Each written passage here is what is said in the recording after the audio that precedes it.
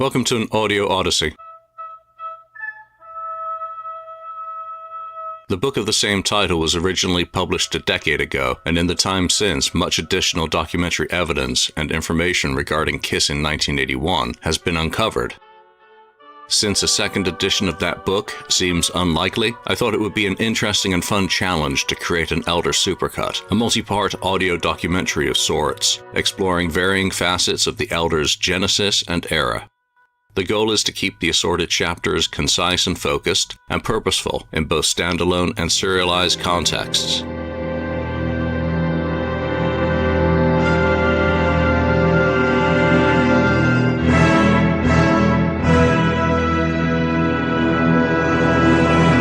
In this episode, the quest for a producer to work with Kiss on their 1981 project known as Kiss No. 17. Bob Ezrin's recruitment at the end of February 1981 closed out a fragmented and long process of seeking a producer for the group in 1981, one that had started while the group were still out on the road touring in support of the Unmasked album. It was more than obvious that the relationship with Vinnie Poncia had run its course. He was busy producing the AOR radio-friendly Heavy Mental album for the Fools and was lined up to produce Tycoon.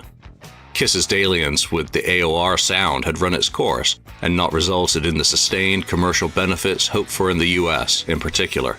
Two failed Unmasked singles and an album that barely scraped to RIAA Gold certification illustrated that point, regardless of the group's absence from their home market during the year. As C.K. Lent recalled in Kiss and Sell, Kiss would do a new album in 1981. At the end of the year, there would be a US tour. It would be their first since the Super Kiss tour 2 years earlier. Phonogram and its US counterpart, Polygram Records, suggested to Kiss that now was the time to come back with a hard-rocking album in the traditional Kiss groove. This would counteract some of the damage done by their more recent bubblegum image. It was a message heard even more from the executives at Polygram Australia. At the same time, Paul Stanley recalled in Face the Music, starting to question Bill Aucoin's behavior and leadership. He explained, "In Australia, I began to seriously question Bill Aucoin. His cocaine use had become more extreme, and since splitting up with Sean Delaney, his general behavior had become reckless too. Bill was out of control." And yes, some of the additional sordid accusations of his sexual predilections have been redacted. They weren't pretty, but they don't serve any purpose here. The essence is that Bill's instincts and judgments could no longer be trusted. He was also focusing tremendous energy elsewhere, notably prizing Billy Idol from Gen X and starting to set him along the road to a solo career. Having gone Hollywood, Gene Simmons remained bored with the same sort of hairy guerrilla music that had made him and Kiss famous. Ace Frehley was increasingly detached due to his growing addiction issues and tiring of the circus-like life he'd found himself trapped in. And Eric Carr, as the new employee, well, he didn't count in terms of planning direction in the band's business. However, even he wasn't insulated from the stress and was showing signs of the challenges adapting to his new life. That left Paul at the forefront, though even he was trying to compete with Gene for tabloid coverage. That potpourri of dysfunction clearly colored the search for a producer. But for the producer search, we need to take a step back in time. One of the earliest approaches was an unsolicited offer by John Blanche, who wrote to Bill Aucoin offering to produce Kiss's next studio album in September 1980. He'd been a staff producer at Criteria Recording Studios in Miami and had worked on albums by the Bee Gees, Crosby, Stills and Nash, and the Eagles. While he pitched himself as an independent producer and engineer, his references emphasized his recording and disc mastering experience, rather than the other side of the console specifically. That probably wouldn't have been enough, even with Barry Gibb, Dick Ashby, and Bill Szymczak vouching for his contributions to their audio projects. His background was also primarily on the disco and softer rock side of the music industry, with very little touching the realm Kiss operated in or were being advised to move away from, and the direction they were hoping to move. In October 1980, ESP Music and Management's Mim Scala had approached Aucoin's Jack Tessler about the potential for engaging Chris Kimsey, whom he represented on Kiss's next studio album. Jack, after consulting with Bill Aucoin, responded less than enthusiastically with a possible but very tentatively so response. It's not clear how this would have fit with Kimsey's work on the Rolling Stones album that became Tattoo You. Work had restarted in October 1980 for that album's construction. Many of the recordings were based on incomplete ideas from Emotional Rescue, released earlier that year, and even earlier unfinished songs, and it wouldn't have been completed by the time of Kiss's contractual obligated delivery date. The most appealing prospect known seemed out of reach in December 1980.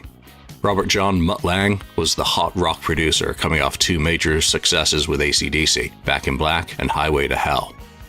If Kiss were serious about an all-out hard rock album, then he was the perfect choice, as he hadn't had any major, massive successes with American acts at that stage.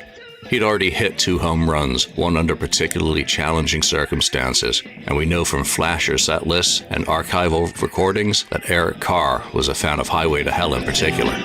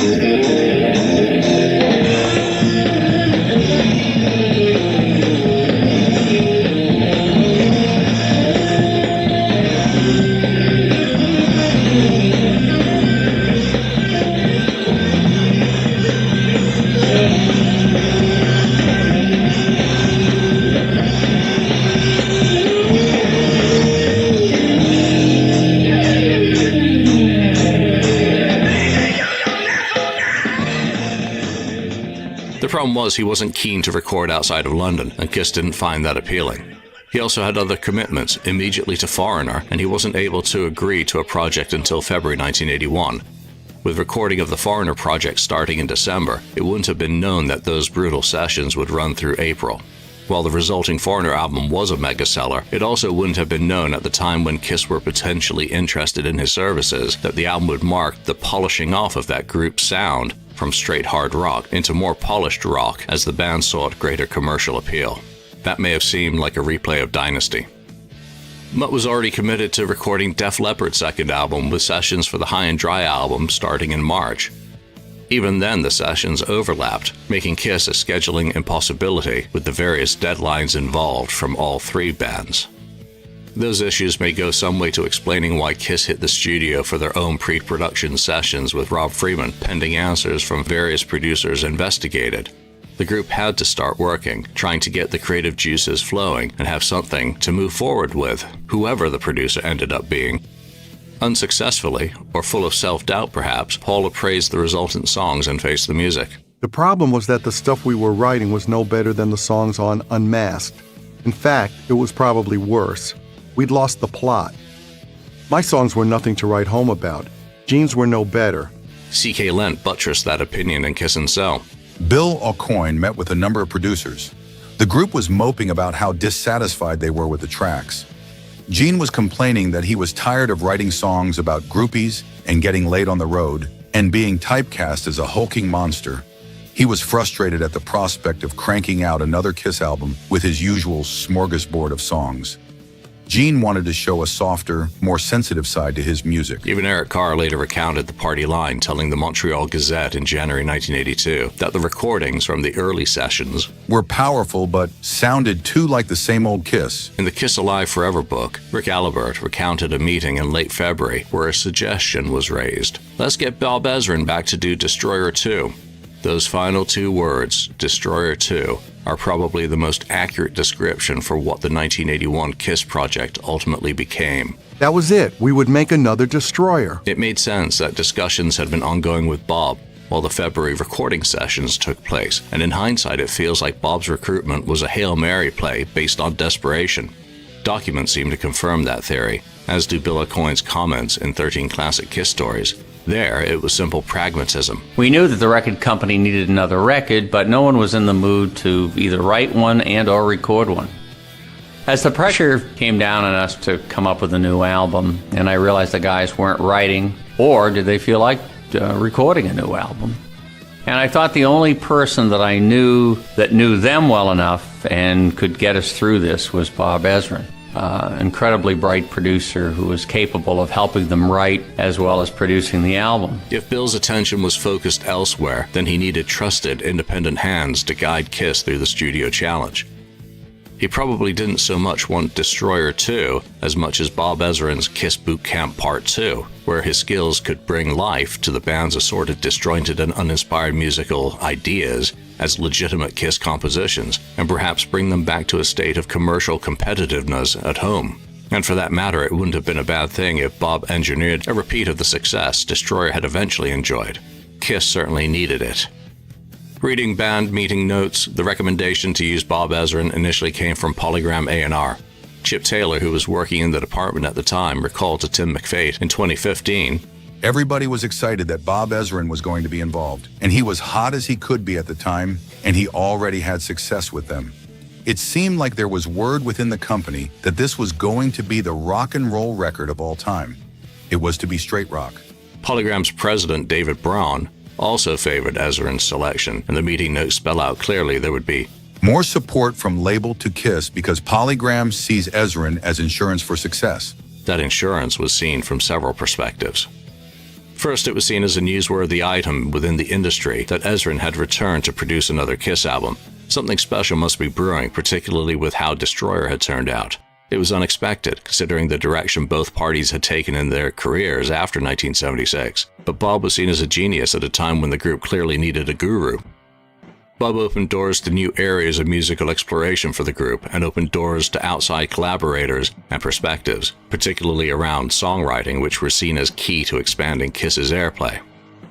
When Bob Ezrin rolled into Ace in the Hole Studios and had all the February tapes shipped to Toronto, those sessions had already concluded. The 3 Penny Lane demos had been mixed on February the 25th, and there was no further known studio time scheduled at the time. It was yet to be determined whether Ezrin could breathe life into the creative funk and break the songwriters from their stagnant musical stalemate. But the new guy, probably somewhat insulated from the business drama, remained optimistic. Interviewed for the German Bravo magazine on March the 17th, Eric was clearly hopeful with the prospects for the year. He commented, There's no question of sitting around. We have work to do. It's about time that our new record is finished because it's long overdue. We are in great shape. We ended our world tour in Australia with a mini vacation. For the first time, I'm really getting around to realizing that I'm a member of Kiss. I don't have to worry about how I'll pay for my next hamburger or whether my group has a job on the weekend. Gene, Paul, and Eric enjoyed some of the downtime attending one of the many Pirates of Penzance stage production parties. This one at Jacques on February the 28th. This installment will be followed by an exploration of the first Ezrin sessions at Phase 1 Studios in Toronto. Special thanks are extended to Tim McFate for his incredible work conceptualizing and executing the Novelda project that evolved into the Odyssey books. The majority of those interviews were his idea and work and remain an invaluable contribution to documenting